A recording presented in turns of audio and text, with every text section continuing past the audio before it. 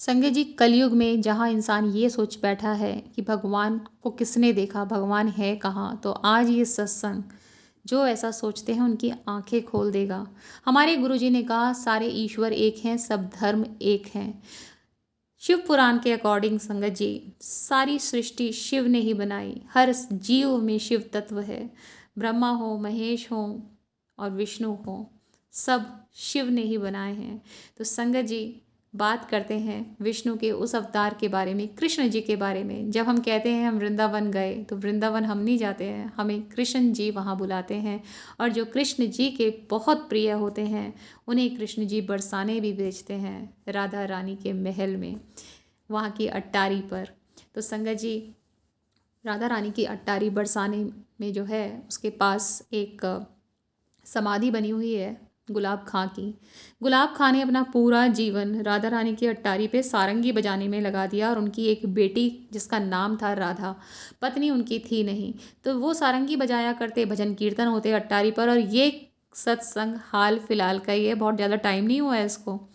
तो राधा रानी नाचा करती थी अपने पिताजी की, अपने बाबा की सारंगी पे, और यही इसी से ही वो पैसा कमाते थे, उनका जीवन चलता था और वहाँ उन्हें भोजन भी मिलता था।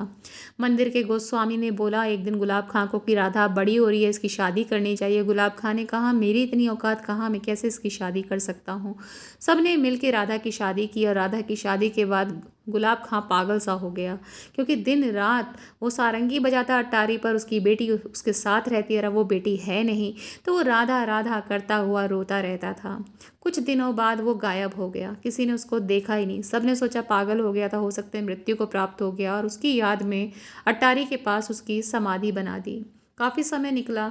एक दिन गोस्वामी जी राधा रानी को महल में भोग लगा कर आ रहे थे, और पीछे से एक आवाज़ आती है, राधे राधे गोस्वामी जी। गोस्वामी जी पलट कर देखते हैं तो गुलाब खां खड़ा हुआ था। गुलाब खां से कहते हैं अरे तुम जिंदा हो, हम तो सोचे कि तुम मृत्यु को प्राप्त हो गए, हमने तुम्हारी याद में समाधि बना दी। गुलाब खां कहते हैं मैं कहाँ जाता, मैं तो महल के अंदर सारंगी बजाता हूँ, अट्टारी पर ही रहता हूँ। वो कहते हैं हमें तो दिखते नहीं हो। तो वो बताता है कि एक दिन मैं ऐसे ही रात में रो रहा था, राधा राधा करता हुआ एक बच्ची मेरे पास आई और बोलती है कि आज आप सारंगी नहीं बजाओगे बाबा, आप सारंगी नहीं बजाओगे तो मैं नाचूंगी कैसे।